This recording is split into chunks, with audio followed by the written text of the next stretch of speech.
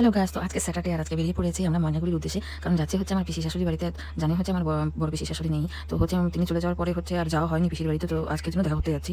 তো হচ্ছে বেশ অনেকদিন বাদেই বেরোলাম। তার মধ্যে ছেলের সামার ভ্যাকেশন চলছে, এদিকে আমাদের একজনের পর একজন চলে যাচ্ছে বলে আমরা কোথাও হচ্ছে সেভাবে ঘুরতে শুতে যাইনি আর কি। যাই হোক, তো আজ হচ্ছে যতটুকু যা হচ্ছে মিনি ফ্লগের মধ্যে শেয়ার করবো। অবশ্যই হচ্ছে তোমরা দেখো, লাইক কমেন্ট করে দিও। তো এখন দেখতে পাচ্ছ রাস্তায় রয়েছি, রাস্তাটা এত সুন্দর এই ওভারব্রিজটাকে করেছে যে হচ্ছে দেখতে ভীষণ ভালো লাগছে। আর সেটাই হচ্ছে তোমাদের সাথে হচ্ছে এখন আমি শেয়ার করছি, দেখতেই পাচ্ছ। তো যাই হোক, চলো দেখতে থাকো।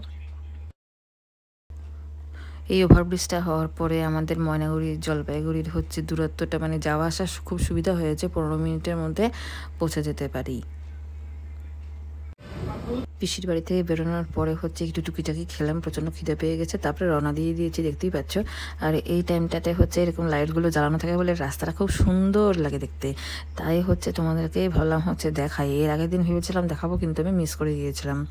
তো যাই হোক, রাস্তাটা বেশ সুন্দর লাগছে আর খুব সুন্দর একটা হাওয়া হচ্ছে, ভীষণ হচ্ছে ভালো লাগছে মোট কথা। তো যাই হোক, রাস্তার মধ্যেই রয়েছি, দেখতেই পাচ্ছ। আর তারপর হচ্ছে জলপাইগুড়িতে ঢুকে নিয়ে ছেলে হচ্ছে একটু টুকিটাকি টিফিন করবে। তো সবই তোমাদের সাথে মিনি ব্লগের মধ্যে শেয়ার করব, তো অবশ্যই দেখতে থাকো, সঙ্গে থাকো। জলপাইগুড়িতে ঢোকার পরে চলে এসেছি আর মোমো খেতে। ছেলে খাচ্ছে মোমো, আমি খাবো না, আমি খাবো চা। তাই হচ্ছে এই বাড়ির মন্দিরের অপোজিটে হচ্ছে একটা চায়ের দোকান আছে, পুরোনো গ্রন্থভারতীর এই সাইডে।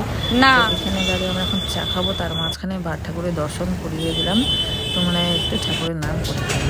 তো এই দেখো, এই ঠাকুর সেখানে আমরা প্রায় এসে চা খাই, কারণ খুব ভালো চা বানায়। হ্যাঁ, তো যাই হোক, আজকে হচ্ছে সারাদিনটা তো ঘোরাঘুরির মধ্যেই কাটলো। তো তোমাদের কেমন লাগলো মিনি ব্লগটা অবশ্যই বলো। বাই।